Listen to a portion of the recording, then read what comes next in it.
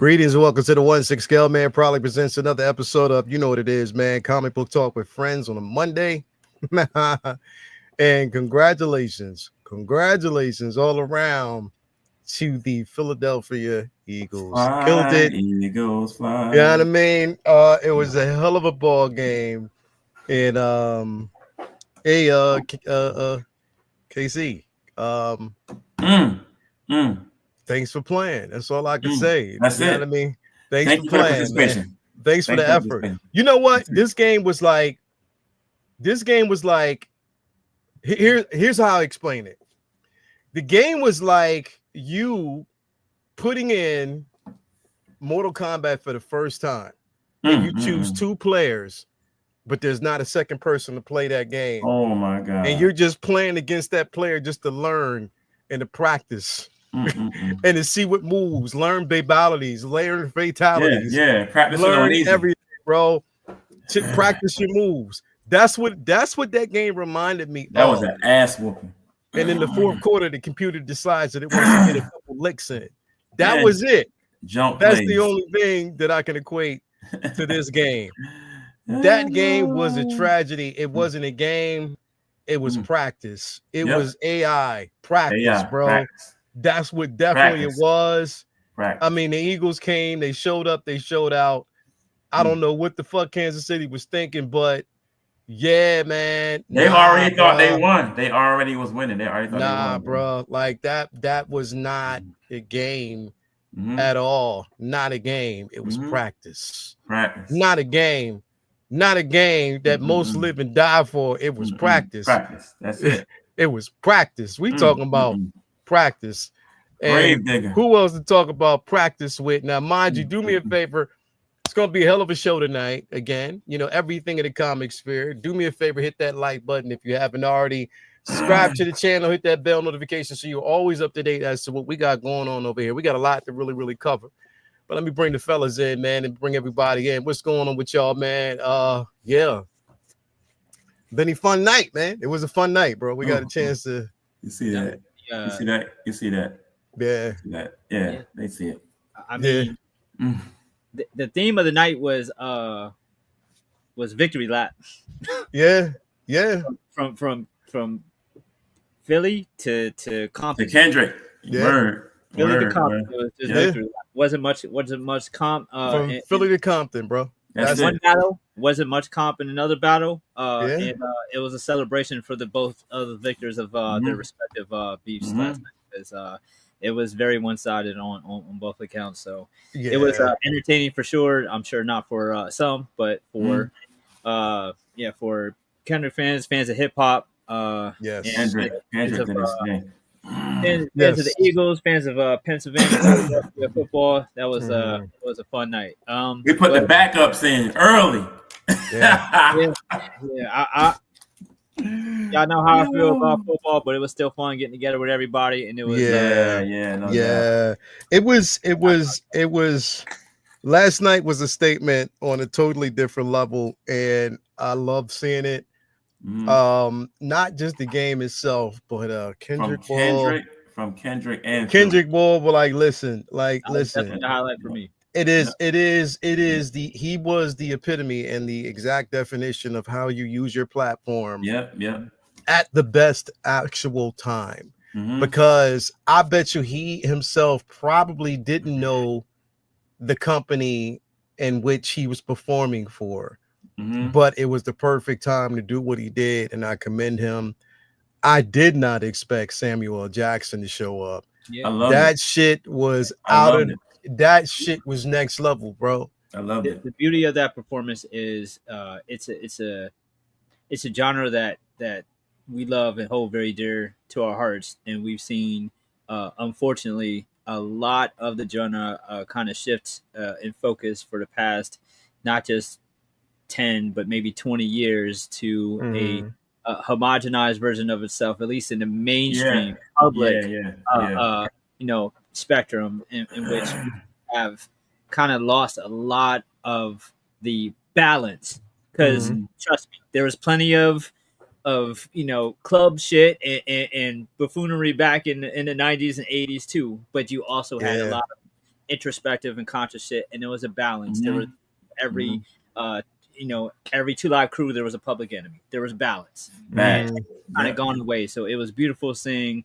what I always felt like was going to be the evolution of hip hop. That type of performer who took lyricism and presence and performance and style and substance mixed together, and basically got to use that platform on a huge stage instead of just going out there and giving us another hip hop performance. That was what a lot of people not in the culture thinks of the culture, and a lot of BBLs twerking. That wasn't right. There's plenty of that. Last night was not about drugs or violence or women. It was about introspection. It was about unity. And it was about good positive messages, and just a lot of important things that this country always is important to be reminded of, and especially in stylistic and artistic ways. And he did that, and so it's really cool to see, because that is not the type of performance that I would unfortunately that I would expect to see at the Super Bowl. It's not the type of act that we usually get. We usually get a speaker act. So it was really dope seeing him out there, and you never take that away from him now. No, you can't. You can't. Regardless if he never does it again. He did it once. He's up there with some of the greats that actually graced the Super Bowl stage, and he did it a lot. And the thing is, it was the first time that somebody actually, I'm not gonna say the first time, because Beyonce did it a little bit. Yes, a little. She did it a little. She had a message to bear, and she did it, and she used her platform. Performance. She didn't get to do it through lyrics. Yeah, she didn't get exactly. She did it all through performance. Kendrick did it through lyrics. He did it through performance, bro. Yes, bro, and he used Uncle Sam, bro. Like I love that. Using Uncle Sam, and Samuel Jackson to portray that role. It was like Samuel was doing Uncle Ruckus all over again, bro. Like it was insane how that happened. And here's the thing. It's really basically plain and simple. If you blink, you miss the message. And if you blink, it was intentional. I'll say that. You know what I mean? If you blink, you miss the message. And if you really, really blinked, it was intentional, because you didn't want to hear the truth. You know what I mean? And that's just mainly the way it was. And I stand on business that with that Black History Month. And that's it. It's like I'm saying, if you Black, if you are somebody that's living in this nation, and if you've basically dealt with impoverished conditions, if you dealt with loss of family members, wrongfully incarcerated, if you've dealt with, being dismissed from jobs and opportunities that were meant for you, if you are a woman, a Black woman, especially a Black woman that's been overlooked and has been, basically undervalued for what she's actually offered a nation. If you are a Black woman who's actually experienced a level of hate that was against you that you should have never experienced. If you are a Black man that has ever had to struggle in this nation, last night was a fucking statement. And I'm gonna be Black as hell all fucking month. I'm gonna be Black as hell for the rest of my life, bro. And that's just what it is, bro. But we standing on business right now, man. We standing on business with purpose, and that's just how it is, bro. That's just how it be. And the thing is, Kendrick was that platform. He did it. It's like, and to say that he's a sacrificial lamb, hell no. To say he's a martyr, nah, because he's still alive and living, and he's going to continue to do it. Motherfuckers just choose not to accept it. I accepted it, and plenty more accepted it. And that's just the way it was, bro. Plain and simple. Plain and simple, all day, every day. And SZA looked dope as hell on that stage. And she killed it. And it was a 1-2 punch. And they did a hell of a job. And the thing is, it's like the whole the PlayStation controller, bro, was that combo with Squid Games too. It was like it was a combination with Squid Games and that was phenomenal. And then to see the whole crowd out in the crowd light us up to say game over. Game over. Was fucking phenomenal, bro. Come on, man. Come on, man. It is what it is. Controller on a damn football. Yeah, bro. Yeah, bro. It was what it is, what it is. And you already know, man. But anyway, I know what y'all came here to hear. I just wanted to get that out because, again, I'm Black as hell, and I'm proud to be Black as hell. And that is what it is. Congratulations to the Eagles. The shit was fucking funny when I called Jason. We called Jason over there at the party. I was like, Vinny, watch what's going on. Watch this. I was lit. Called him up, bro. And it's like, yo, It was loud as fucking there, and we still heard you. Yep. I was drunk as hell too. Bro, this shit was fucking funny. I was expecting bro, the second time you called, I was expecting to hear this. Game's over, bro. Game's over, bro. You know what's funny? Game's over, bro. I'm good. I'll talk to y'all tomorrow, bro. Game's over. That was later. The funny shit is you called him, and then KC finally scored, and I was like, "Watch, Jay ain't gonna want to talk to you no more. He's gonna be like, nah, I can't change nothing I'm doing." Yeah, nope. Nah, he was like, "Yo, I'll give him that." Yeah, give him that. Yeah. But at that time in the game, what do you got? The 5 game was minutes over, left? bro. It's garbage points. Yeah, they got blown out for almost 4 quarters of Super Bowl football. Yeah, they got destroyed, bro. They got murked. Crazy. They got murked. Like that was. Yeah, bro. Like I said, I mean, look, you can come back from that, but it's going to be a discussion that they're going to have pretty much the entire summer. Like, yo, we need to change the game up. They're going to lose half their line. Kelsey might retire because that was his worst game that he's ever played in his life. No touches. He got one. He got one touch, and it was a pitch. One touch, bro. Like, wow. I think. Yeah, I don't want to say that because I don't want to get too political. I don't want motherfuckers hating. Anyway, let's jump into this, man. Definitely so glad now. Before we actually get in, I do want to, I want to actually give a shout out as we always do. And before I get to the chat, I want to give a shout out to the places where we get these figures and we get all of our collectibles from, man. Starting off, first of all, let's start off. Let's do this. Let's do it this way. Starting off with this, man. We're gonna start off with this. We're gonna start off with my man V-Dog. In his shop, because definitely, man, if you're looking for prints, it is the best time to get it. All art prints, everything is here. Let me get this shit off here because I know Jason will start talking shit, bro. Let me just kind of. I ain't say nothing. I'll be cool tonight. Yeah, nah, bro, because I don't believe that. Anyway, you rescued me though. Bro, I knew you was gonna say some shit, but here we go. Like, here we go, bro. Here we go. V, take it over. You got this, dog. You got this. Yeah, man. Dog. Just the usual. All kinds of art prints on there. We got trading card prints. We got trading card original art. We got all kinds of original art from the original pieces. I got most prints on the page are 11 by 14s, but I also carry some special size book page prints, and I also have canvas prints available for any item in the store.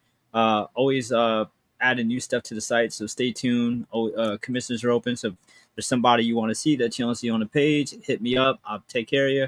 And all the 11 by 14 prints, the regular prints on the site are, as always, buy 2 get 1 free. So, feel free to hit me up and I'll take care of you. Been doing a lot of reading, so I'm catching up on getting some stuff together for art now. I'm about to go on a binge and just start drawing my ass off because I'm behind on a lot of projects I wanted to do. So a lot of stuff coming to the site very soon. Get ready for con season because a whole bunch of cons coming up in the spring. And I plan to have plenty of new stuff for them. Watching a lot of shows right now that are inspiring me to do some cool new stuff for. So a lot of shit that's going to be on the way soon. So stay tuned to at Vincent Dunn Art IG for new stuff. And then, as always, the store will be updated as quickly as I can that I can get out to you. Thank you, brother. Definitely, man. Appreciate that. Thank you for coming through as always, man. Definitely appreciate that. Also, got to give a super duper shout out. As always, to my man Ray over there at you already know what it is, man. Underground Figures. If you are looking for the latest and greatest, anything that you can't find, you can find it through him. Make sure you sign up for that newsletter so you're always up to date as to when your figure is going to arrive and when it is coming. Again, he will always keep you in the now. Also, basically create yourself an account. So when you're there and when deals are basically ready, he's ready for you. He got everything that you definitely need to proceed. Hit up Ray. Again, no NRD. Shipping and handling is definitely reasonable. You hit him up. You tell him I sent you over there. And he got back as always. And you'd be surprised at the stuff that he got over there that you can't find anywhere else. So definitely want to give Ray a super duper shout out for always being the supply to every need. You already know what it is, man. Also got to give a super duper shout out to my guy and your friend Ray over there at Hawk Wars Toys. That boy looked me out. You already know. If you are looking for the latest, the greatest, not only just basically a figure, a nice little a care package with stickers, comic books, package smelling good, but just sheer good friendship and a good individual. And he will always look out. Hit him up. I was like, yo, can you take care of my boy Jay? He is looking for a Supergirl, man. Can you definitely take care of him? He said, I don't know how he found one, bro. But say less. He said, say less. I got him. And the rest was history, man. So definitely got to give him a shout out as always. Ray will come through whenever you need, as always. So definitely want to give him a super duper shout out. And also got to give a super shout out to my man, Jake over there at Comic Relief, Comic Collectibles. If you were looking for comics, 1 to scale, 12 scale, anything that you actually looking for, he got what you need to proceed as always.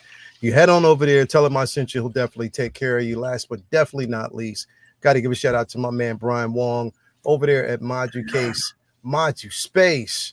If you are definitely looking for an incredible display, I got the mono, but any display of your choice, you can actually find it through him, and he will definitely take care of you and make sure that you have everything that you need. So definitely want to give a shout out to these brothers because, again, brick and mortar is always where it's at. So definitely got to give them a shout out as we always do.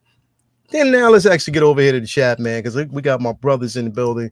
We got the one and only Malika Mabane, WRNR, Real Negro Radio.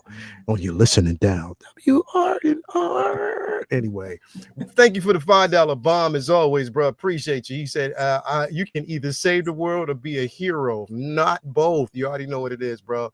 That's just the way it is. We got the Booty King, Booty Butt Cheeks in the building. What's going on with you, bro? Dr. Nader is that guy. Hell, bro, he got some stories. I know he got mad stories. We got Charlie the Unicorn in the building. Thank you for being here. Who else do we got? We got Rians Talentino in the building. He said code 2 years for he said code 2 years for Vinny's Prince. If you get it through me, that's fucked up, bro. If Toya don't step in, it'll be 3 or 4 years. If Toya don't step in, that's fucked up. Y'all fucked up. Anyway, we got the Cookie Queen in the building. Amber May, what's going on with you? That's fucked up. Jay, check it out, bro. Check it out. She shows up at the party last night, right? She brought cookies? Wait, hold up. I'm gonna get to that part. Shit. Okay. So first, what else did she bring, bro? She brought the cookies. We bought chips, cookies, and she brought walking tacos. Yeah. She got like basically a taco salad type of situation, right? Oh, snap. So she had that there. So I'm like, she said, yeah, I brought the taco salad. I was like, wait, hold up. wait, what's up? Yeah, he was like, I'm looking around. She said, yeah, I brought the cookies. They right over there, bro. Bro, I'm happy, right? I'm digging it. I'm like, all right, cool. I got me a couple cookies in my hand, bro. I sat down, right?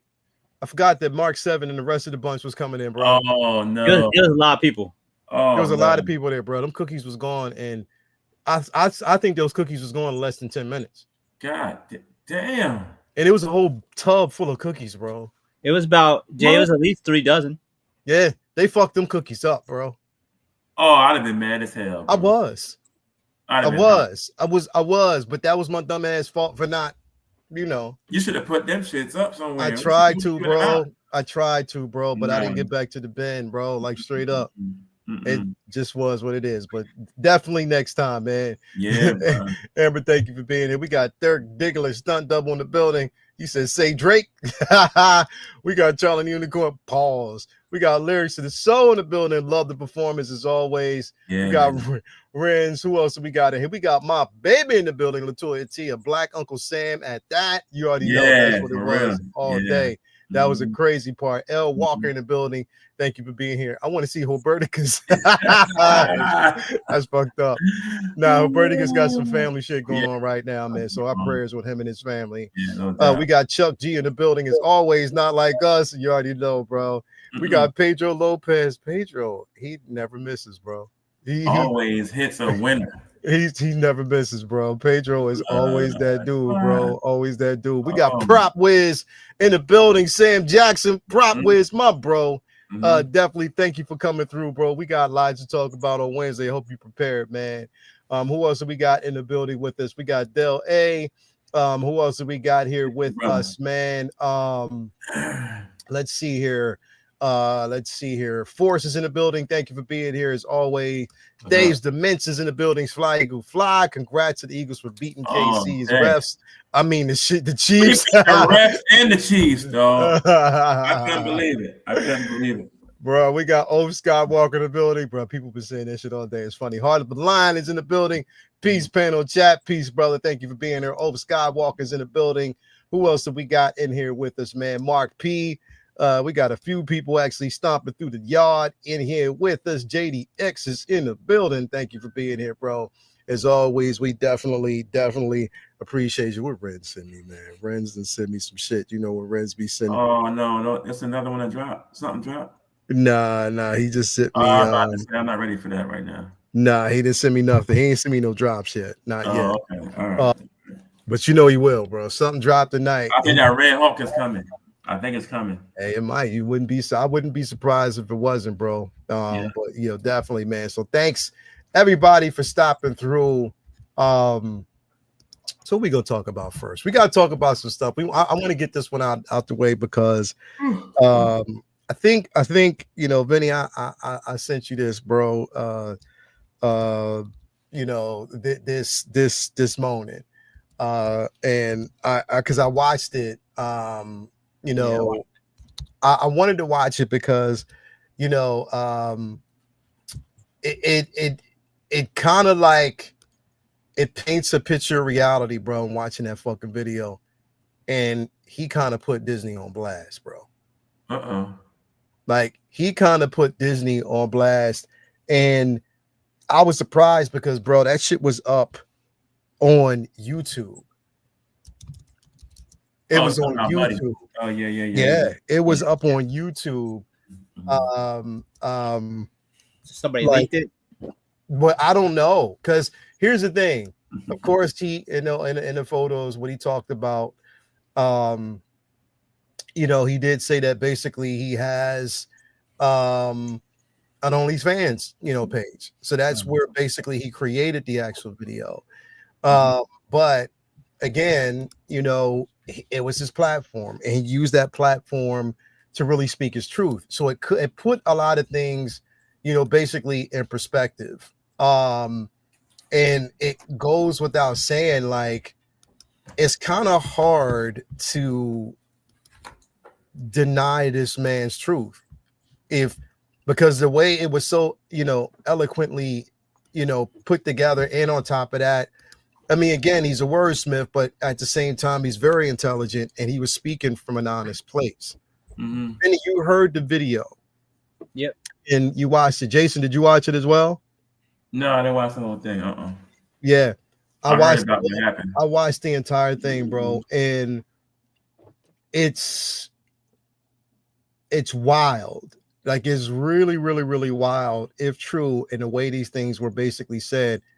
What were your thoughts when you watched it, Vinny? And like just heard everything that he basically said. It's kind of hard to say that there was any type of fallacies in that, bro. There was a couple of things that I think that the way he like sprinkled them in there, he glossed over some of the things that might be arguments against his story. However, I don't think this is a black and white case. I think this is something that is mostly he's right about, but he did just enough to make it where people have paused to agree with him. He talks about his time working with Blade Production, and offhand remarks like cracking the whip on the staff to get things moving, and closing phrases like that, which obviously anyone in any kind of professional workplace can has to be careful about things that they say. Sometimes things you say in like in one space is not going to be okay in another. But I'm lucky. I've been self-employed most of my life, so I don't really deal with these things the way that many people in corporate situations do. But the flip side of that is when you are in that position in which you are offended and want to bring attention to unprofessional behavior in the workplace, there's always that fear of, if I speak out, what's going to happen to me? Because as we all know, HR ain't your friend. No, it's not your friend. A lot of us learned that the hard way. I did.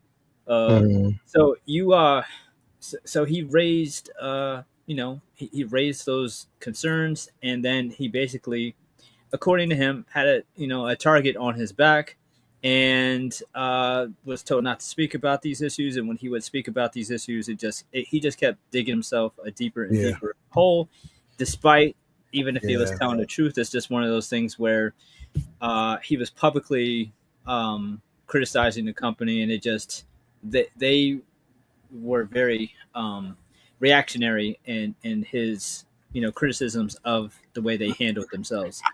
And we see what happened to Ray Fisher, who's practically blackball, and Warner Brothers for raising concerns. It's like there's some industries and spaces where that works and cancel culture works, but this is still America, and a lot of times we see the other side of the coin of when a celebrity or someone powerful gets in trouble over shit that happened long time ago, and then you wonder, like, why didn't they speak up then? It's because no one would believe them. And then you see people who are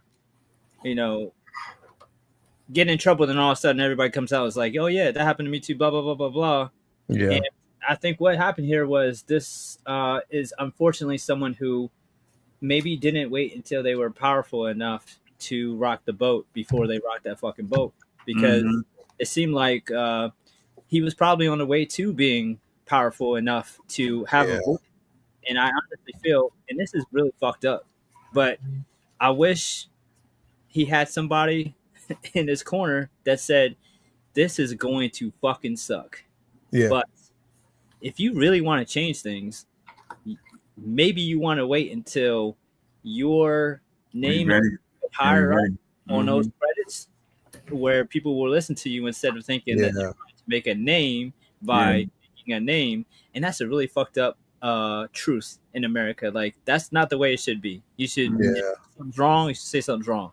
However, his explanation, in which he very eloquently, well-spoken, broke down the different things that he went through, working for Marvel, from Blade to X-Men to all the things he went through. He talked about different things that they said that he did, and there's little things that he would pepper in that made me say, wait, hold up. And he was like, I got in trouble for even saying that other creators were doing it great. Like, they didn't want me to talk about X-Men 97 at all. I got in trouble even when I was just discussing, my influences from the comics and stuff that, when I just talked about the characters, and when I was saying anything at all, when I was giving credit to some of my coworkers who were doing such a great job with the animation, or when I would do simple things like add fan art, and they'd be like, hold up, back up. Remember, because one of the reasons why, rumor mill anyway, that he got in trouble was because some of the fan art he was sharing was explicit, fan art like him as like a half naked Cyclops and just different stuff like that. And it's like, that's what you have to be careful of, because if you sugarcoat any of the shit they say you did, then somebody can pick it apart and be like, nah, that fan art shit wasn't innocent. You were posting nudes and shit of yourself as pictures. It's like, all right, so how much of the other shit are you bullshitting on? But I don't think he's bullshitting on the crux of the situation. I think he sure enough was facing a little bit of inappropriate behavior and or language. And let's just play devil's advocate. If he was being a drama queen over it, I don't think that gives Disney grounds to fire you, because you could simply say, I feel like the way you handled it was such a heavy hand it makes it look like he was treated worse than maybe he was because of the way y'all reacted to him complaining about it. Mm-hmm. You know what I mean? Like, it's hard to deny that y'all did anything wrong when you won't tell us even your version of the story, Mm-hmm. and you wipe his name off the history books like he's Chris Benoit or somebody. Like, yeah, that's crazy. Yeah, that's crazy. Relax. Like, all right, if the worst thing he did was say, "Hey, y'all, they saying racist shit over here," this is a company that spent the past almost 10 years trying to be diverse and open armed. Why not confront that issue, right? So how you could have used that as a moment to be like, hey, we heard there's people who he had to deal with saying things that are not appropriate. We're going to handle this, and we're going to make sure that that's not an issue going. Now, if that would have made y'all look amazing, that would because then anything he said afterwards, that would have made him look crazy. Yeah. But saying he did something that's unbelievable, y'all, trust us. Yeah. Not saying what it was, and he's saying, I got receipts. Yeah. Y'all playing right into his hands by not saying anything. Like, because it's a big corporation. And we all know that big corporations do a lot of grimy ass shit. Always. So it's really unfortunate because this is a very, very talented man. However, I think it's very possible that this also might be a troublemaker. Two things could be true. He could have been fucked with, and he could be a troublemaker. Mm-hmm. If you tell your side of the story, then the public can judge for themselves if how much he's full of shit and how much y'all really fucked up with how y'all treated him. But if you shut up, don't say nothing other than, nah, this is a nightmare. Y'all have no idea what he did, but we ain't gonna tell you. But just trust us. And then he's over here telling us what they did. Yeah. Nah, because I believe that he definitely dealt with some. We know how this game goes. We've been bitching about the way they've treated black men in Marvel many times the past few years. Yeah. So I'm sure, being one in that company, he had to deal with plenty of bullshit. Yeah. And I'm sure that he has plenty of obstacles that I can only imagine, because we all know every company has an agenda, things that they want, things that they don't want. And here's somebody fighting for those things, especially not take away the racism shit out of it. Here's somebody fighting for source material in comics. And somebody fighting for source material in a live action or an animated show, that in and of itself has got to be an uphill battle. So I'm sure that he has plenty to gripe with, but he might have been making a mountain out of a molehill, but we'll never know because Disney never said their side. Them being quiet makes you look guilty. Right. Yeah. Them being quiet. And that's the thing, bro. Like, I think about it, and a lot of what he basically said, even whether it is true, and I'm not denying his truth at all, but I think that there are unions in place for those type of things, where if you feel that there's something going, if it's a unionized organization that you're working for, then you take those things and those concerns to a union.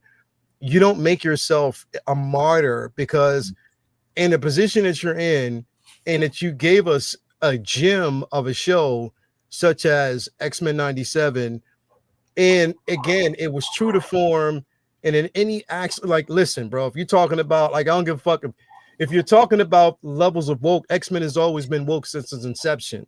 Oh, yeah, you know what I mean? If you want to label it that, you know what I mean, which people have a way of spinning the terminology and the jargon and weaponizing it.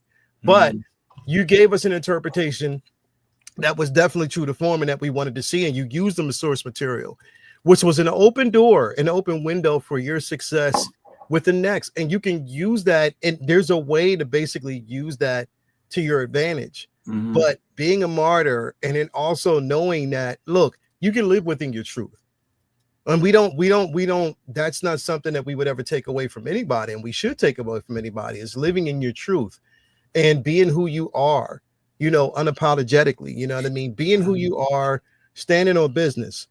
But at the same time, you have to know the space you're in, and you have to navigate in a smart way.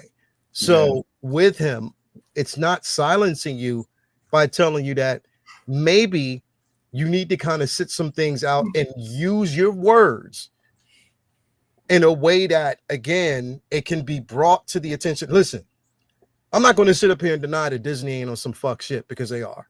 We already know that. Disney and Marvel, when it comes to Marvel, they are on some fuck shit. We've seen it.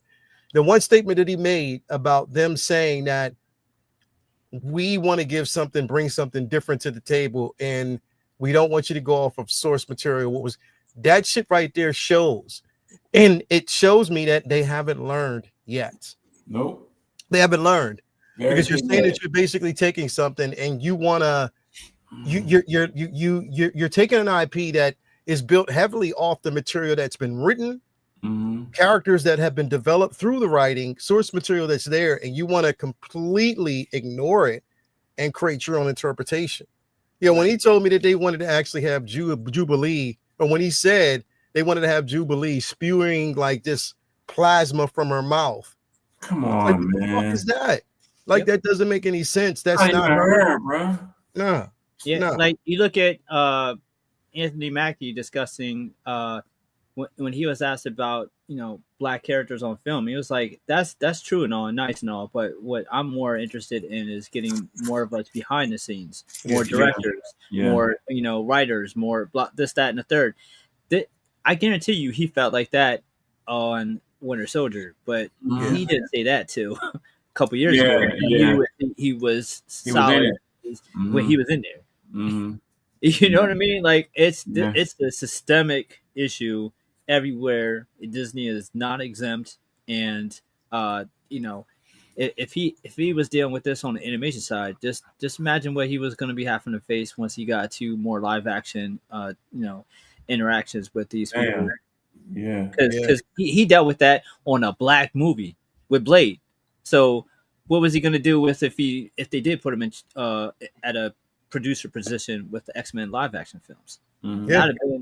Because let's not forget, I mean, this is a company that has a lot of history with that, coming from another company that has, maybe one or two times that they've even used any of their black mutants, and they didn't give Bishop a damn speaking role at all, and they made the black mutant whose power is he can't die. They made sure he did.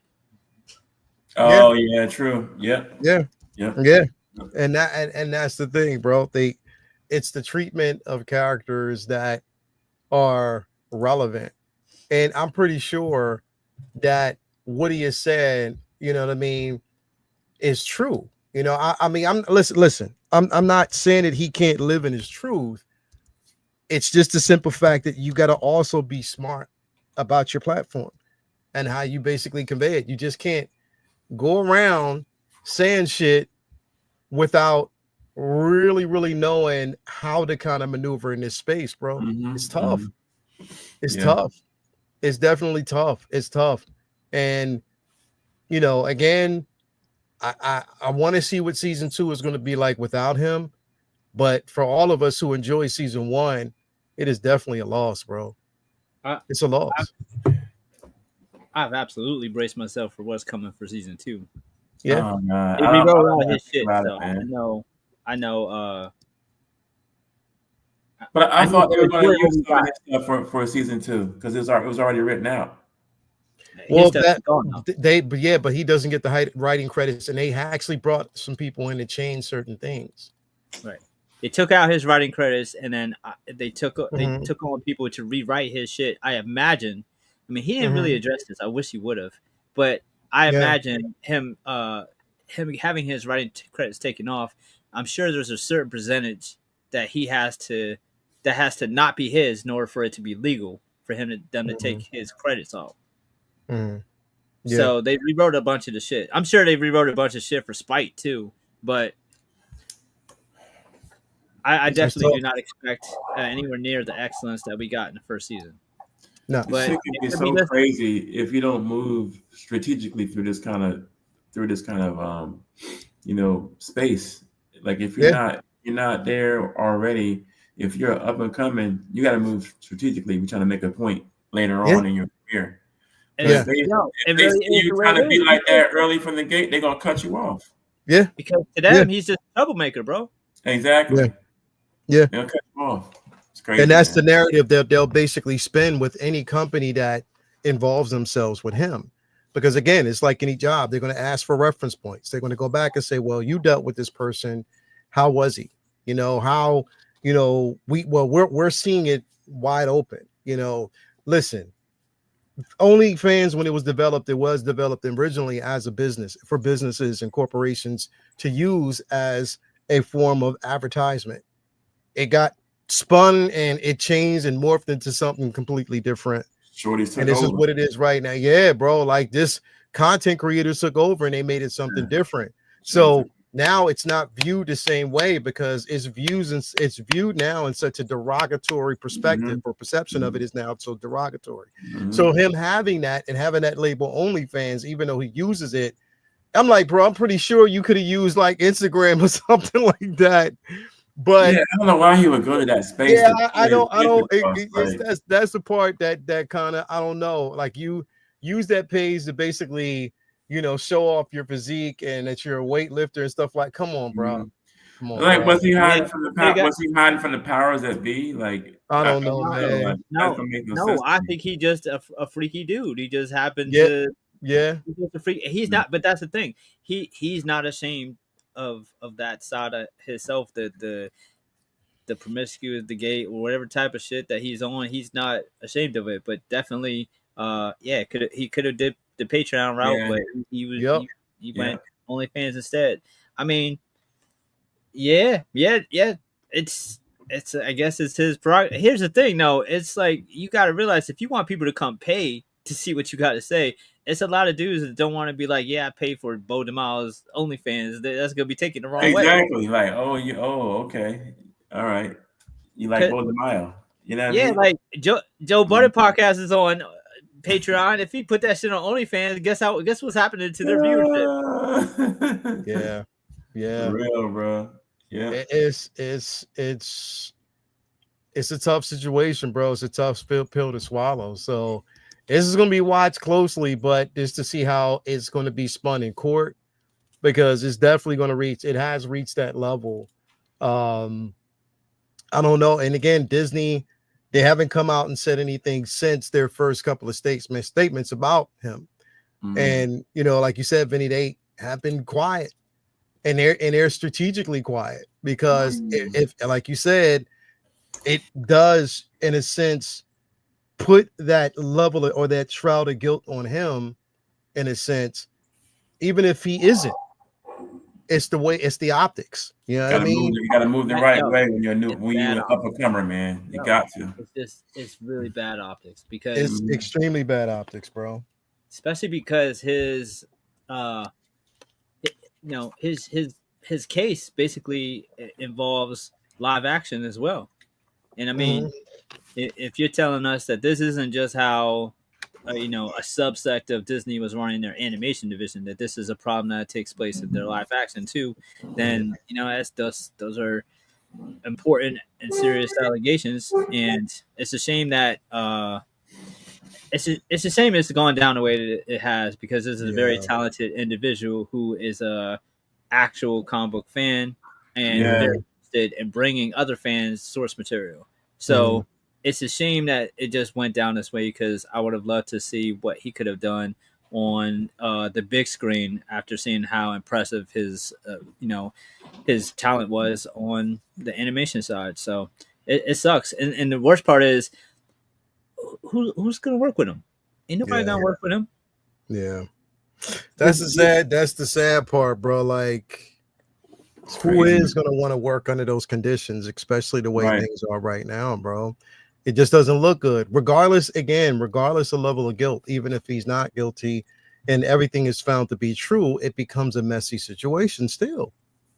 And that's hard, but we'll just have to basically see how it goes. Appreciate everybody out there, Renz and Dockinator, for not making any meat jokes. We almost got through this, bro. We almost bro, got you had to mention that. Them boys gonna cut loose now, bro. Bro, you already know they gonna cut loose, bro. You know how it's gonna be. Bro. Moving on, now we're gonna hear about Metreon. Metreon, bro. Anyway, moving on, man. I want to kind of bring this up here. We're gonna talk about this too, because like I said, everything is basically hearsay at the moment. But there have been some rumors that have been going around that the very very talented Javier Bardem is slated to play or has been up or offered, or they think is basically offering or being offered the role of Mr. Sinister. And it's like we're hearing a lot, bro, because perfect. There's a lot of things going on with the rumor mill when it comes to like casting. Like it's like a lot of casting rumors are out there and a lot of things are being done right now. So that's it's crazy. It's crazy where it is right now. Vinny, what's your thoughts behind this, man? This one hurt my heart a little bit because Bardem has been my champion. I've been champion for fucking Dr. Doom for 10 years. I've wanted him for Dr. Doom for a very long time. That's not going to happen. And I had this like little silver hope that maybe he'll be this 616 Dr. Doom, but who knows? Maybe there's still a chance of that being Cillian Murphy, but I don't know. As for Bardem, I think he is one of the finest actors in our time, and anything that he wants to do, let him do. If he wants to, anything he wants to be a part of, I hope they just give him whatever the fuck he wants, because this is one of the most captivating actors I've ever seen. I've been a huge fan ever since No Country for Old Men. He was phenomenal in Skyfall. As soon as I seen Skyfall, that's when I wanted him for Doom. That was a monologue with the mice. I was like, he's doing this like as a kind of quirky, silly dude, but if he just was like angry and did a Doom monologue like that, plus I feel like he's the type of actor where he doesn't have a super big ego. He probably would have wore the mask a whole film. And this is similar. He would be in makeup the whole time, so I think that he would be a humble enough actor to have the Sinister role where it's not like you got the white makeup on like at the end and you were just a regular dude the whole rest of the time. That's another role that needs a great actor. Like you don't necessarily need to have a certain physical look for Sinister. The more important part is to give off and exude a menacing, evil, diabolical, type of dude, and that's obviously Javier Bardem's specialty. So it's a great possibility. Like if this is what happens, I'll certainly be cool with it. However, I am a little exhausted with. We don't know if this would be a good idea or not. Let's leak the fact that we talked to him to see what the fans think. Then we'll make a decision. Like, stop. I hate that they do this. Like, they always do. Have the balls to make a decision on your own and cast these motherfuckers, and then put them in the movie, and then show us when you hit play. Like, why? It's just I don't understand why. Like, the general public has to be involved in every step of the creative process of these days. You know why? It's because we live in a state of popular opinion now, bro. And that's the thing is they want what works for them is, again, whether or not content creators will stand behind these choices and just like I'm doing, bring it up just to see what the fan response would be for them to say, okay, we made the right choice. It's the right movement. Hey, let's, whatever, it's just to basically see, because again, they don't want to run into a situation where the wrong person is actually chosen. And then it becomes that discussion. Like, well, why did y'all choose that? Why is this person going to be like until you see them in action? Until like we've seen that so many times. Now, don't get me wrong. There's been decisions that I've bitched about until I've seen it too. Like, I'm not going to say that I've never been wrong. I'm saying if you the more you tell people what you're doing, the more you're inviting criticism, not, hype. Like, it's what's more likely to happen from this is going to be people more likely going to be people like, this is a decision that's not really going to be polarizing. However, I don't see how it. I don't know. Like, do you really need people to be like, yeah, Javier Bardem is a great actor? Like, you don't know that? Yeah, you don't know that by now. It's like what used to be for the boardroom decisions and stuff like that is now put on social media to get their response. Yeah, bro. That's so lazy to me, bro. Like, just don't say shit and surprise us. Yeah. They always do that, man. And a lot of the times the actors that they want for this fan cast, some don't even make it. They already switch up to somebody else. Yeah. Like, keep it in the boardroom. Keep it off social media. Keep it out of the public. Again, bro, like I always say, keep it out of public opinion. Right. Like, honestly, just put the character out there. Pick who because the thing is, bro, before we had social media, that's what she was doing in the first place. Exactly. We didn't have that problem. We didn't have that problem back in the day, bro. You were just basically choosing these characters, and then we ran with it. That was it. You know what I mean? You didn't need us to basically tell you whether or not you were doing a good job. Right. Like they want instant gratification. That's whack to me, they need a cookie for every fucking decision you make. Like right. Yeah. Nah, it's bro. like, why do you need us to hold your hand and tell you if it's okay or not? Here's the thing: when we don't like a decision, you don't change your mind. Yeah. I mean, only one time in history has the internet really got a studio to change something. That was when we all shit on Sonic. Yeah. The only time it ever worked. Yeah. That's the only time they listen. So why y'all asking us for it? You don't care. Yeah, he would have definitely been a perfect Doom. You don't, and that's what I'm saying, bro. Like you don't need our, our again, bro. Public opinion can be right and can be wrong. Like that's just the way I see it. It can be right or it can be wrong. And I think for the most part, they have gotten a lot wrong, and it's like a wait and see type of situation. Like, I love Javier Bardem, but I just think that there's better roles that he could have actually played. I'm pretty sure as Sinister, he'll nail it. Yeah. And I think he would be, in a sense, probably would be that person, but like, again, I think it was a missed opportunity not making him Doom. It would have been a great actor to lock in as a franchise actor for a role. And Doom would have been the perfect casting for that. Somebody, because I don't see any iteration of, I love Sinister, but I don't see any iteration of Sinister not being a one film villain. Yeah. Because he's, bro, even in the comics, bro, like he was there, but he wasn't a mainstay. He's always bounced back and forth. He's been like the subplot to pretty much everything.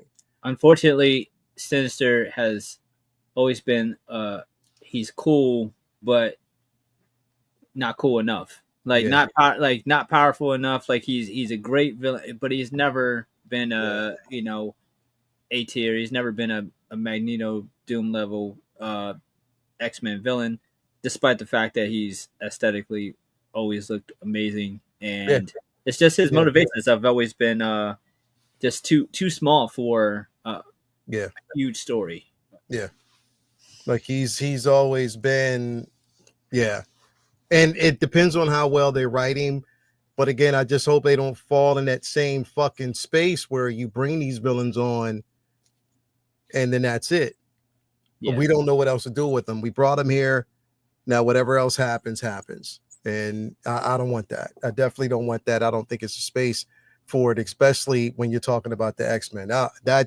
Don't fuck around with that. But anyway, wanted to move on to this, bro. I wanted to talk about our guy, bro. Again, very important. I wanted to kind of move on to like our creator section or segment of it. And I wanted to talk about him again, Black History Month as always, but also his mainstay and his talent. Bro, I didn't know that this man was basically, he went to school. I think he has a master's in microbiology or physics or something like that. Like he's going to MIT. I think he went to MIT, right? Yeah, he went to MIT too. Yeah. Definitely an incredible dude. Yeah. If you don't know who we are actually talking about right now, we're talking about Kevin Grevioux, the creator of Blue Marvel. Yeah, bro, Blue Marvel. Here's the thing, bro. Honestly, and I ain't gonna shit you, bro. Shit you not. And truth be told, no, and I'm gonna hold you, bro. I thought I the first time I saw him was in Underworld. Underworld. Mm-hmm. Yeah. The werewolf. I didn't know. I mean, you just knew him because of his voice, his stature, who he was. But I didn't know how talented this motherfucker really was, bro. But he is a comic book geek too. He is a comic book geek, but he is very intelligent, very smart. And the writing for Blue Marvel first, bro, that shit was fucking incredible. I didn't know it was him at first, bro. I found about Blue Marvel with him that he was the creator. What, like 3 years ago? Yeah. Like, damn. Okay. Yeah, creative, bro, and an innovator, bro, an incredible dude. Like, I, didn't, his work, spans, it definitely spans, the iteration of, Blue Marvel giving us a hero. It was like almost the same line as, what we got from the Century, but with him, it was different. Of course, people who don't know about Blue Marvel and when he was introduced, he was basically from this scale, one of the first Black superheroes at that particular time, but kept his face covered. Yeah. And, basically because, definitely, a battle basically exposed who he was at that particular time. And it was Kennedy who told him that he needed to step down. And what they did was they had him fake his death so he could go in hidings, in hiding. And then, like I said, I mean, the story was fucking phenomenal. And that's how we got Blue Marvel, one of the most powerful individuals. Like he is on that. The most. Yeah, bro. And one of the most intelligent individuals. So there's a lot going around. What's your thoughts, Jason? I'm gonna start with you though, bro. What's your thoughts on Kevin and his work, man? Man, I love the fact that he brought this character to life, especially for us in the culture, because we really had, we had our guys in Marvel, but nobody on this kind of scale. Like he's like Superman level scale, like, he's even more powerful than Hyperion. Like, come on, bro. Like this dude, we needed that. And he's super intelligent. Yeah, matter manipulation, bro. Straight up. Right. So it was cool to have somebody else besides Black Panther in Marvel, or that was really one of us, and Luke Cage, that was a beast. Yeah, come on, man. He smacked Hyperion around. He punched the Hawk into space and knocked the Hawk out. Knocked him the fuck out, bro. Like straight up, one shot. One shot him, bro. One shot. Yeah. I'm like, yo, I had that book up. I had that book in my box. I remember reading that for the first time. I'm like, yo, this dude punched the Hawk into space without breaking a sweat and knocked him out. Yeah, bro. So I'm grateful for his work, and I loved him in Underworld. Awesome in Underworld. It was the first time I ever seen him. And I seen him at a book convention. Was it MegaCon or SuperCon? A few years ago. Down here, humble dude, real cool, man. And we're blessed to have him in the culture, man, because he definitely gave us a gem with Blue Marvel. Yeah, he did, bro. And a heck of a gem with his work, bro. But yeah, man, Vinny, what's your thoughts, bro? Yeah, he's to some like more well known for maybe some of his Hollywood stuff. He not just was one of the stars in obviously an Underworld, but that's his. He co-created it with the director. Yeah, that's right. And wrote the screenplay. So like he's writer creator on that franchise as well. So that's whole world. That obviously is a huge IP to have. He did a lot of bouncing around with his actual comic book resume though. Like his first Marvel work that wasn't independent was New Warriors, and then he bounced around with What If, Spider-Man. He did some stuff with Young Avengers, and of course wrote the Adam Legend of Blue Marvel miniseries that we're discussing. So if anyone's trying to put that down, that's a 2008 series that was I believe 5 issues. And he did a JSA one shot, a couple holiday specials for DC. Wetworks, he did a Batman 80-page joint. Amazing Spider-Man 700.5. Cyborg, a small Cyborg run, Bloodshot, Darkstorm, and he definitely was on the comic book side most accredited to the Blue Marvel for sure. So that was New Warriors, Morbius as well. But The dope part about Blue Marvel though is like there was no we had all these answers like Hyperion and Sentry for Superman, but there was no answer for Icon. So it was dope. Right. Version of Icon. And to me, if we're talking Blue Marvel, I think one of the coolest things was, despite the fact that they really didn't use him much after that miniseries, they used him incredibly well in Ultimates 3. Yes. That is still to this day one of my favorite comic book runs. I don't know what the numbers were on that, but Leonel Francis Yu, his artwork on that, it was just incredible, and it was just such an incredible team with like Black Panther and Blue Marvel and America Chavez, and Captain Spectrum. Marvel, and they were taking on all cosmic threats. Like, they didn't have shit to do with Earth. It was all cosmic level threats. They were fucking with Lifebringer Galactus, with Thanos. Like, it was everything on Earth was like beneath them. They were like, right. I wouldn't do that, man. Avengers can take care of that. We got shit up here to deal with. Like, bro, they combined their fucking powers and changed Galactus into the Lifebringer, bro. Lifebringer, that shit was phenomenal, so bro. Cold. It was so crazy. Yeah. Definitely one of the most memorable comic book runs. I felt like that was something that I would love to see in an animated film one day. Yeah. Or a movie or live action. Not live action. I know better. They'll dumb it the fuck down, bro. I want to see that joint. I want to see that story. Oh yes, and Monica. I want to see that story because it's a pretty self-contained story. I want to see that joint as a like kind of like how they did Ultimate Avengers. I want to see Marvel Disney do a Disney Plus like movie and doing of that story. That shit was so good. But yeah, he's definitely a very interesting resume, very unorthodox. Like, he didn't really stick on any titles for a very long period of time, and didn't stick around in Hollywood specifically for a very long period of time. He's a very, very unique cat. Just kind of like does what he wants. I really like that. I really appreciate that. Very very impressive resume for with like, that's two huge accolades to have Blue Marvel and Underworld as two things that you weren't just a part of, but that are a part of you. Like, that's fire. Yeah, definitely, bro. Like, that's the one. Yeah, this one right here, bro. Cole Cochran knocked him the fuck out, bro. Like, laid him out, bro. But he was like, only one to ever do that was Cosmic Spotty. He had the power of Cosmic when he did that. Yeah, bro. Only one to ever do it. So, buddy, he was in orbit for a while. Straight up, bro. Even what Hyperion said, he's been hit the hardest by him. Nobody's ever hit him as hard as Adam Brashear. Right. But the thing is, it's like, outshining just is basically power itself. But I think he's like the fourth smartest individual in the world. You know what I mean?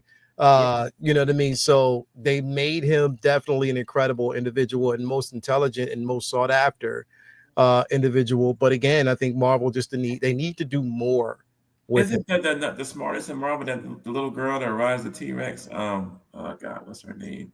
Yeah, what's her name? Devil Girl. Yeah, she's supposed to be the smartest out of all of them. I hate that.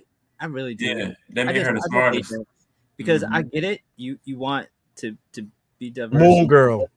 Moon Girl. Yeah. You can't just say so, bro. You can't just say so. Valeria has more feats. That's not even Reed. Yeah. Valeria's level of intelligence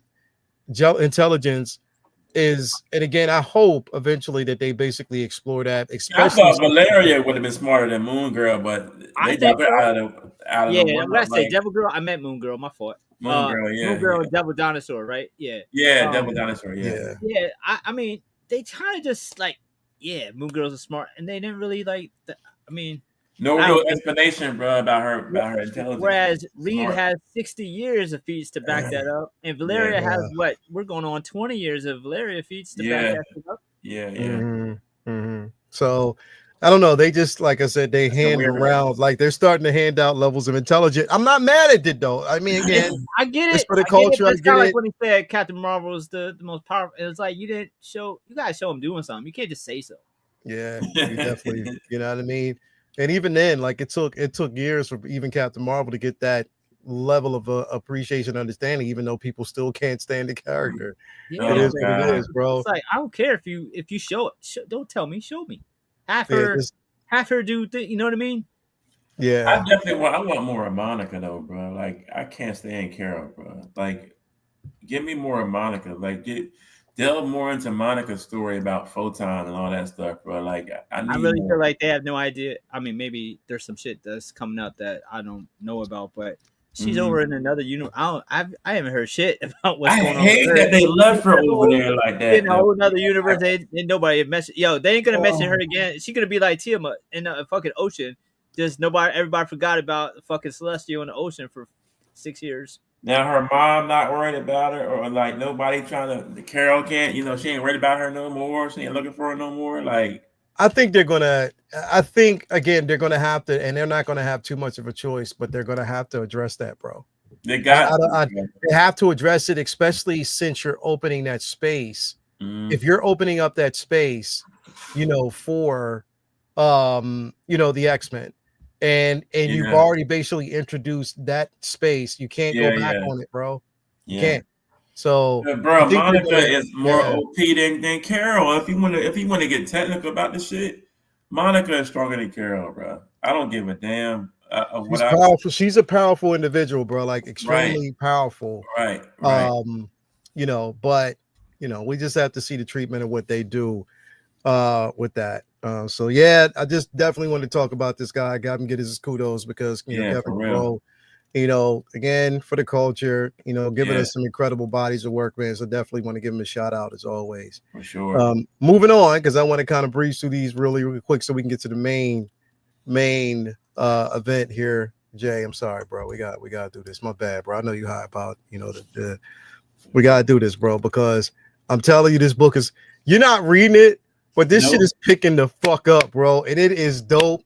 Book 4, bro, was fucking, bro. Like, I wish you.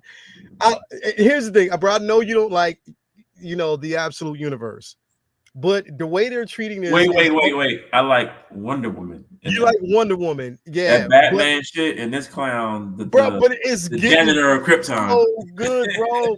It's getting so good, bro, and it is so good. Like this book, this one right here was dope as fuck, bro. Because again, you have Lois, who's again, the way they've written her now, she does still have her reporter. You saw what Shinobi said? She's sort of like a reporter, but what did he say? Look what Shinobi said. What did he say, bro? What did he say, Prosy? And he said she's probably going to show up in Secret Wars. Maybe she brings a version of the X-Men with her in some clutch moment. He said, "Absolute Superman is not for me. I don't like it at all." I get it, bro. I get it. But I think that basically, like I said, it's moving in a direction because it is the absolute universe. I'm digging it, and it's not going to be for everybody, but I'm definitely digging book 4. You got to read it because, again, we find out who the real Peacemaker is. And the way they're treating this individual is incredible. The way they're treating Lois is incredible. She's fearless in this, but I like it. I like it so far. I don't want to kind of go into it, Vinny. I know you probably haven't read this book. Yeah, I ain't picked mine up yet. I don't want to. Wonder Woman will beat both their asses in this absolute universe. She would fuck bro, it's the reason why I appreciate the story is because it's more filtered around not just Superman the man, but the people who believe in him and what he represents for the people. And it's basically how we see society now because of how law written and how people basically manipulate the law and use it for their own malicious intent. And him, it's based off of the people's belief in him as the individual. But at the same time, he's not just that here I come to save the day type of individual type of situation. Yeah. But he comes into it like, listen, stop looking for me. I come, telling mainly like Lois, and he's trying to keep her away from this situation. He's staying hidden based on the way they see him. But you just got to read the book. The book is fucking phenomenal. I love this book, bro. And again, it's not going to be for everybody. I love Absolute Wonder Woman. I think out of all 3, honestly, bro, like for me, Absolute Batman is incredible, but I'm just loving the story. I'm so connected to the story for Absolute Superman and Wonder Woman so far because it's incredible. But anyway, just want to kind of throw it out there. That's my pick. You know, I would actually tell people, you know, read it just to kind of look, it may not be your Superman, and it's not, but I'm telling you, the way they're treating the Absolute Universe is way better than what they're treating the main universe right now, bro. They're killing it over there, bro. And in my opinion, just like they're doing with the Ultimates, they're fucking killing it in these universes, bro. And they're writing this story. Shit is fire. That way is way better than this shit. Yeah. Yo, I'm telling you, keep going, bro. Out of curiosity, keep going because it gets good, Prosty. I'm telling you, bro, it does get good, bro. Just want to kind of throw it out there. Moving on from this though, Vinny, we're not going now. Vinny, Vinny, just want to say we're not going to go into spoiler territory with these trailers. We're not. I refuse. No. Here's my thing, and this is what I want to say, right? We got last night first off, we got the Fantastic Four trailer, which Vinny, I'll tell you, like, dope. You're gonna be impressed. Dope. I'll just tell you that. We'll keep it there. Ben, you're gonna be impressed. Oh, okay. This is the world that you've always wanted. Dope. This is the world that you've always wanted to see. Yep. And I'm gonna tell you like this, for all the Pedro Pascal doubters out there, bro. Nah, you can't. You can't doubt this man, bro. You can't fucking doubt this man, bro. Yo. You can't doubt Sue Storm. He kills it. You can't doubt the way they're doing with Ben Grimm, bro. His shit is dope as my God. And we'll leave it in that space, Vinny. You are going to be definitely super impressed. I want to say something so bad, bro. Nope, don't. I'm gonna do it. That's my bad. All I'm gonna say is, just from what little screenshots I've been spoiled on, there's nothing that's taken away from my hype, just added to it. I am I'm head over heels for July. I cannot wait for Fantastic Four. Yeah. That's my shit. I cannot wait. That's gonna be good, bro. That's gonna be a good, bro. I can't wait for this, dog. Bro, it's definitely, and you know, they have picked, I think, in my opinion, and even this is without even seeing the film. Yeah, they picked a hell of a cast, bro. Yeah, for sure. They picked a hell of a cast, and I cannot fucking wait for this movie, bro. I cannot wait. It's gonna be good. It's gonna be fucking phenomenal. It's gonna be everything, bro. And I can't wait to see it. So, Vinny, I will say that you would definitely be impressed from what you'll see. You're honestly gonna be like, okay, I'm good. I'm good now. You know, and everybody in the chat, don't spoil it because he hasn't seen it yet. But bro, yeah, thing looks amazing, bro. Yeah, the thing looks like an Alex Ross artwork come to life, bro. It does. Real talk. It's like right off the comic book page, bro. He could have probably been a little bigger, but I'm not complaining. He looks fucking phenomenal. And think about how long we wanted things. Even with the 2015 joint where he had a little bit more Rocky type CGI fixture, they had him like dark brown, like it was like weird muddy color, like it didn't look orange. It didn't look like he just looked like a rough draft of what he should be. There's people who like adjusted it, and it was just like, yo, they're so close to what it should be. This looks like fucking Ben Grimm. This looks like like the eyebrows and everything are right out the comic book, bro. Like people and people are complaining about this shit. I don't understand. Yeah, they ask for comic book. They ask for comic book shit, and when you give it to them, oh, his face don't look like that, or he's too short. I'm like, oh my God, bro. I can't even explain like how hype I'm. Like, Sue is just dream casting. Yeah, Sue's good. I can't wait. I can't wait. Vanessa Kirby, bro. Like, she's definitely everything that you would want that you're gonna want in Sue Storm, Ben Grimm, Johnny Storm, bro. I showed Amber 2005 Fantastic Four, the first one, a couple of nights ago, and it wasn't bad. Like, you know what sucked though? I remembered why I let one thing cloud my whole perception of the film back then, and I don't think I realized it. But the only thing I hated about it, watching it again for the first time in 20 years, was Doom. Yeah. And ironically, we're kind of in the same boat because they got the Fantastic Four right in that first film for the most part. It's just, I mean, obviously, you know, for the time, but now it looks like they got everything right again, except for potentially that thing suit was more practical back then, right? It wasn't the CGI; it was practical suit. It was practical effects. It was rubber suit. Yeah, that's what I said. Yeah, more practical. Yeah. And again, bro, like I said, it was this. I have high hopes for, and I think they're going to nail it, bro. I think they're going to kill it. I was so happy, bro. I was so happy to see it, you know. And I think you're going to be pleasantly surprised, bro. I'll just stick in that space. I think they, bro. It'll be here before we know it. July is right here. Yeah.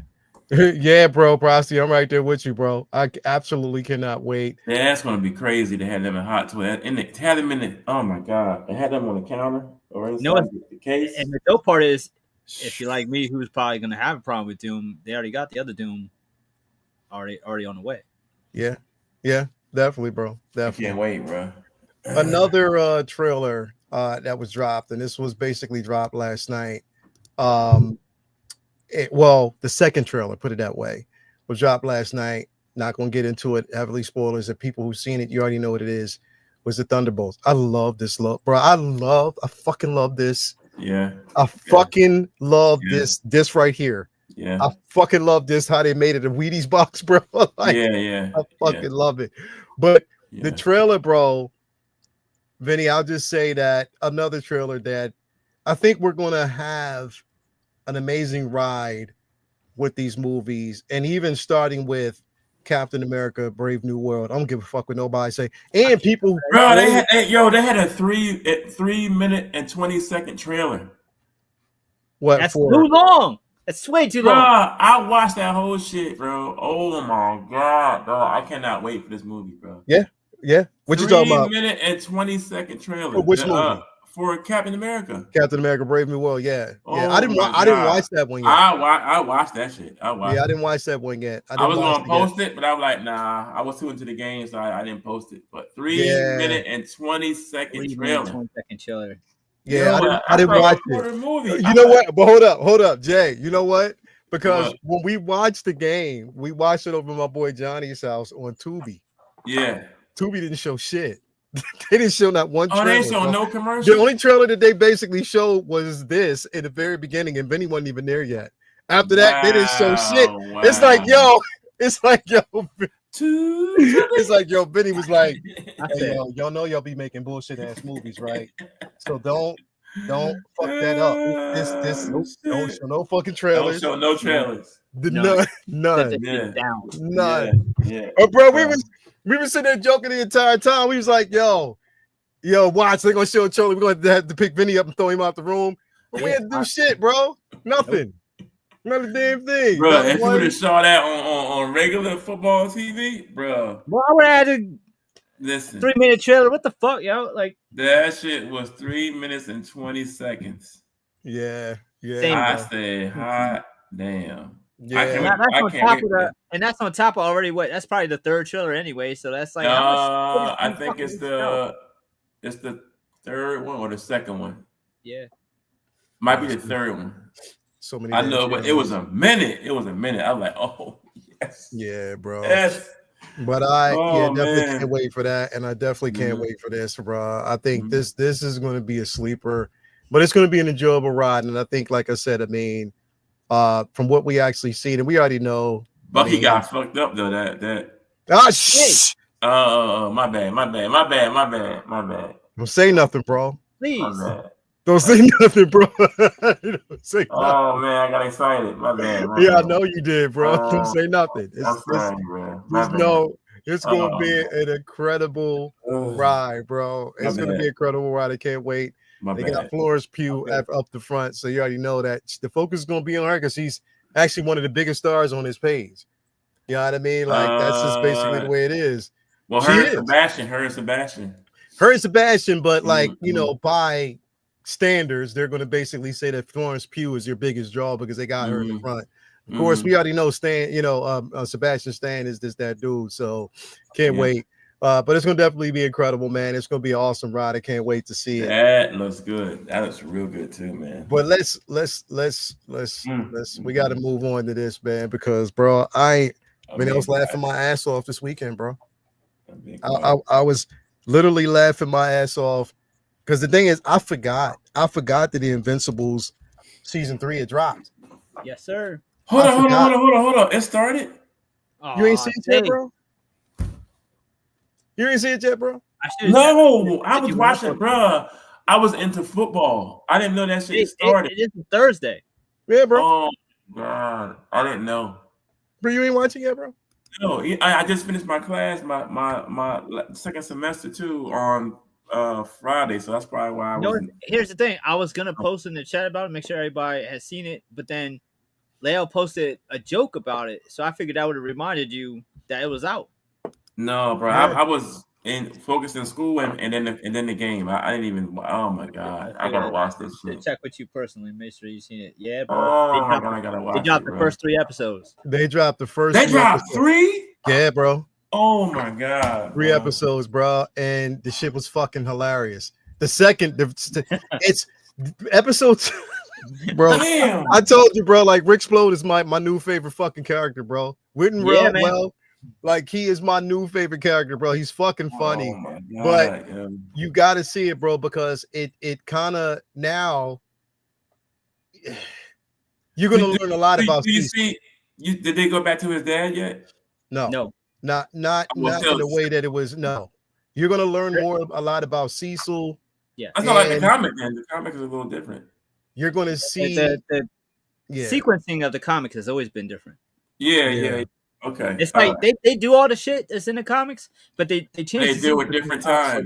For storytelling purposes. Yeah. So what they're doing now is they're setting up now Mark training, because what a lot of people don't understand that I've tried to get through whenever anybody talks about him getting his ass beat all the time. Is like, look, his dad said it ain't like Superman where you just are naturally just Superman. You gotta get your ass beat. Viltrumites got to train. Like they have to train. They have to lift things. They have to fly fast as they can. They have to work at their their strengths. They can't they can't just be they have to work at it. So they can't just come in beast mode like that. Yeah. So it starts off with this amazing training montage of him actually working on getting faster, getting stronger.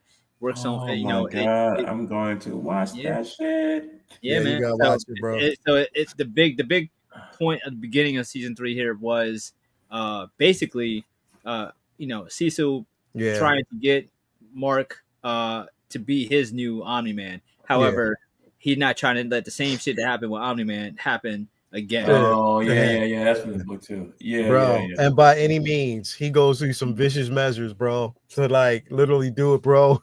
Yo, but you know what, bro? Damn, I can't wait. People, and I'm gonna say this, bro.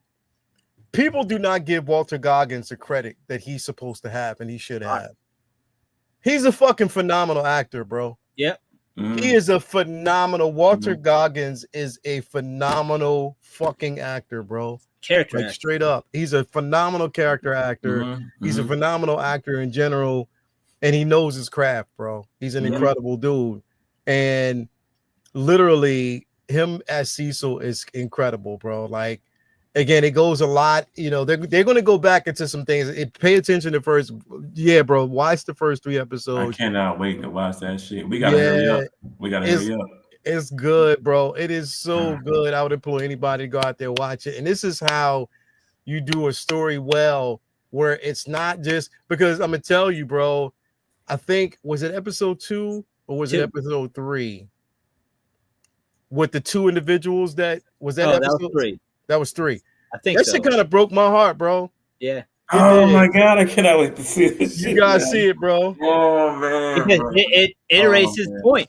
It's like, look, this is what you might be if we don't fucking like make sure that that's not you. And we see throwbacks to basically, Batman with the Tower of Babel story, or Doom as they did the animated version. And it's like, look, we have to do this. The world ain't black and white. I can't just trust that you're gonna like never go bad. Like your dad just fucking did. So it's a lot of people who are both sides of it, and it's like this is not a black and white, good guy, bad guy, scenario. This is a lot of gray area, and Cecil is doing whatever the fuck he has to make sure that the Earth is safe. That Earth is priority number one.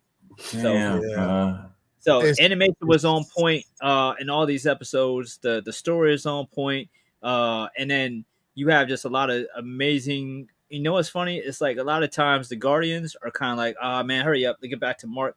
But the Guardians in these episodes is just like absolutely on fire, perfectly paced, great writing with them, and Rexplode continues to be like the sleeper. And he's a show still, bro.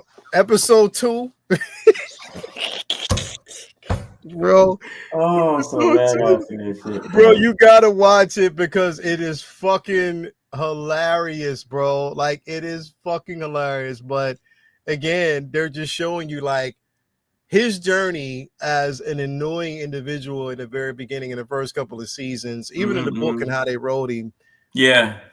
The evolution of Rexplode, bro, is just slowly taking shape because he's mainly basically seeing that he's more of a leader than because he doesn't take himself serious, bro. He really doesn't take himself serious at all, bro, as he should. But he's becoming that voice. People are like, yo, like, okay. So it's like the treatment of that character and his character development and how he basically evolves is incredible, bro. But Mark is just like, again, you're just seeing some dark shit come out, bro, from him, and it's just getting there. So the way it is, bro, shit. That was someone in the book too, a little bit. Yep. These first 3 episodes definitely define with powers come great responsibility. They do. Yes. Oh my god. They do. Walter Goggins as Chris Mannix should have gotten an Oscar. Yeah, bro. It definitely should. Because Cecil, my man that playing Cecil is Walter Goggins, bro. He's an incredible actor, bro. Like definitely is.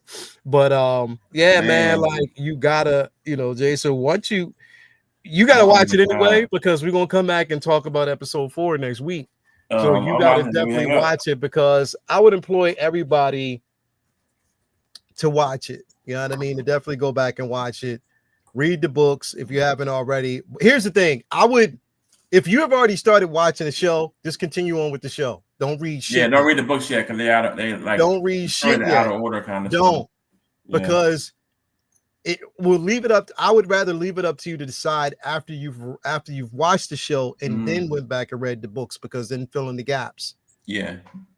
The book is a lot longer. The books are a lot longer. Yeah, very, very long. Whether you read them before or read them after, just make sure you read them. Yeah, just make sure you read these shits, bro, because it's the work on this fucking thing, bro, is phenomenal. I'm definitely enjoying it.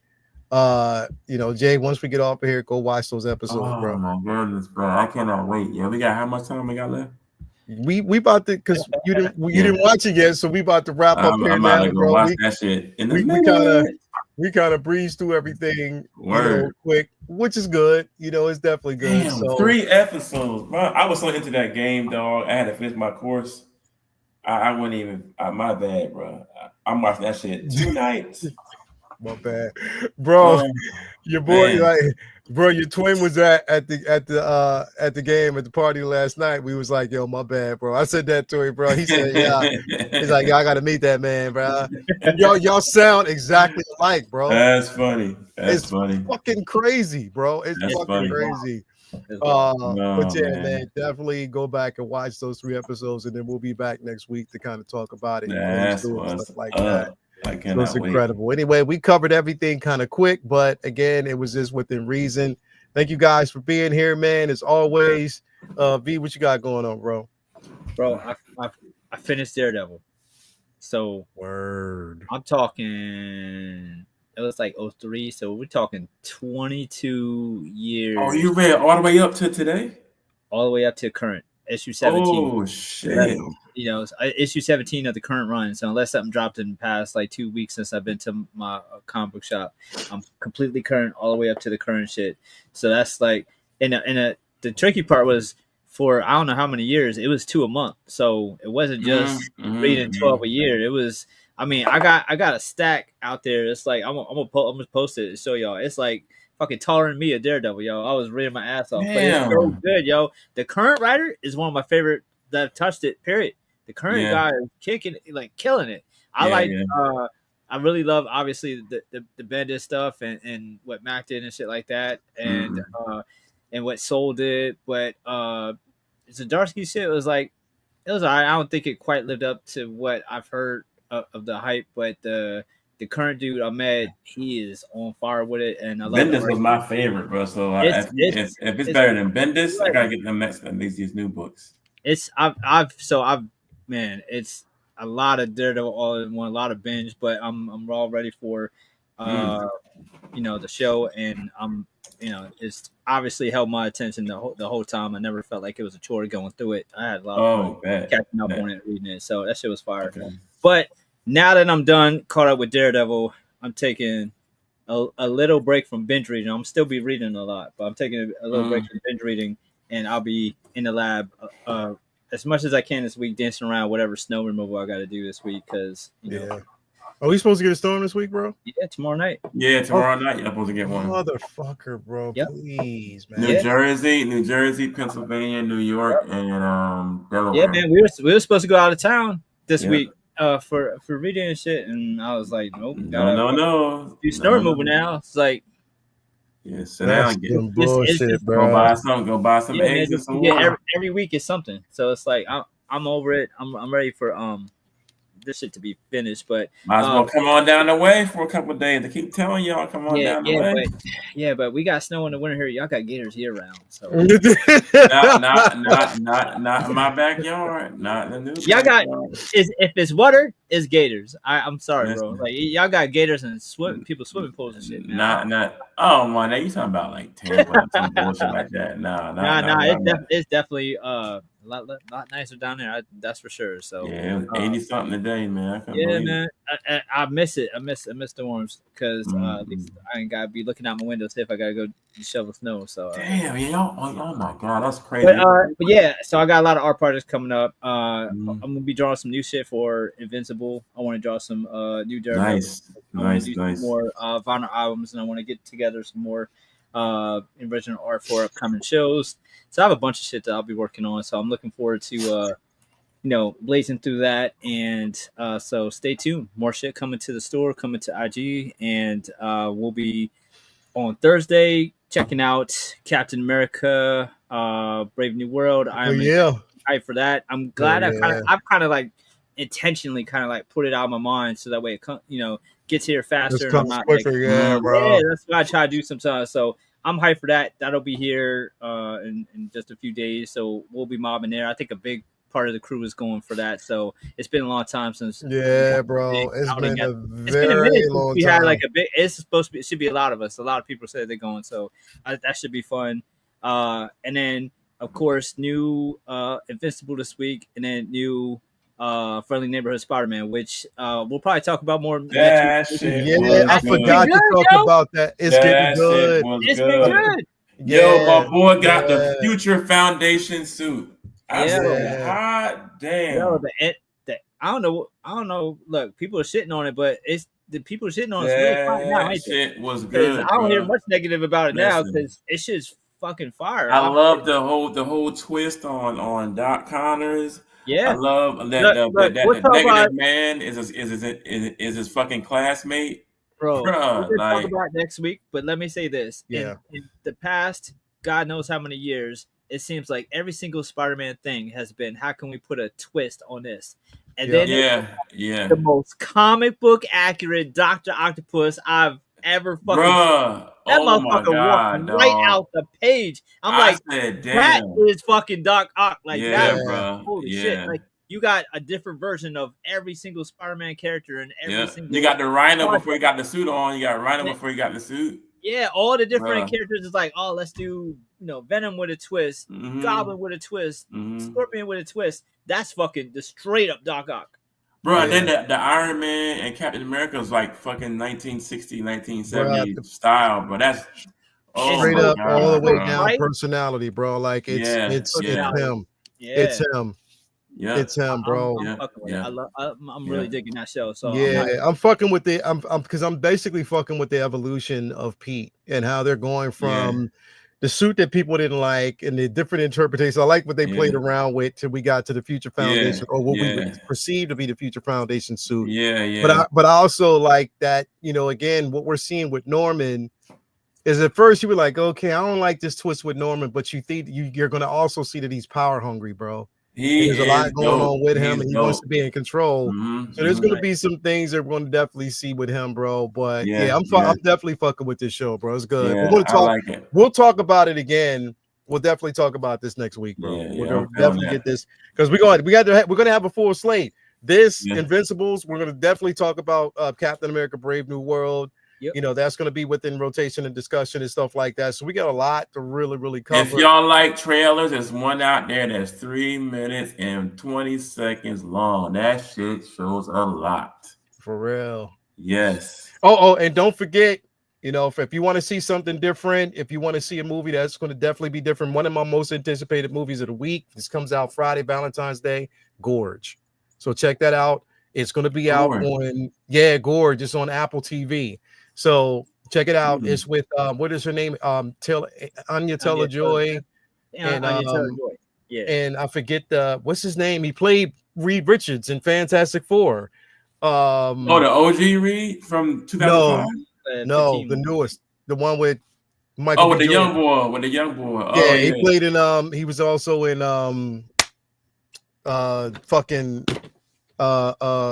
Top Gun, Maverick. He's an Eagles fan. He was drunk as hell, and they showed him at the game after the game of the night too. He was drunk as hell. Yeah. What's his name? Yeah. Miles Teller. Miles Teller. Yeah, Miles Teller. So definitely Miles Teller, bro. So I can't wait to see that on Friday, man. That's gonna be incredible. So again, Jay, what you got going down, bro? Besides watching Invincibles tonight. I'm about to watch Invincibles tonight. Classes start for me again on Tuesday. I can't wait to get that Supergirl from Hogwarts toys. I get that Wednesday. I got Tech coming this week. Tech is and I finally got a hold of a wrecker. Oh, you did? I should be getting that on Friday. Okay. And that's it for me, man. I'm still high from the Eagles win, bro. I know. I'm still high right now, bro. I can't believe it. I can't believe it. I'm high. So this is gonna be dope, bro. Definitely, man. Shout out to them Eagles on that win. Shout out to Kendrick Lamar on that amazing halftime performance. If you are looking and you haven't actually watched it, you can actually watch it right now on Apple or actually no, on Apple Music. You can go back and actually watch the full event on Apple Music. That whole shit. That was one of the dopest halftime shows I've seen in a minute, bro. Yeah, definitely it is, bro. So definitely stay tuned for that. Again, what I got going on, we got Say What Wednesday. I'm dropping a video on Thursday. It is like it's called We In This Bitch, and it's for collectors. Oh, dope. Yeah, I'm done. I'm definitely dropping that We In This Bitch, and it is basically, like I said, if you're not, supporting cultural inclusion, then that's not going to be the show for you, because we're going to talk about it and how I think a lot of these companies are dropping the ball on characters that they need to be releasing, and they haven't actually done it. Storm. Yeah, bro. We're gonna talk about. I'm gonna talk about the whole thing. I was thinking about basically doing a live show for it, right before we go to the movie, so I can be hyped. But like I said, I mean, it's just gonna definitely depend on. I don't know.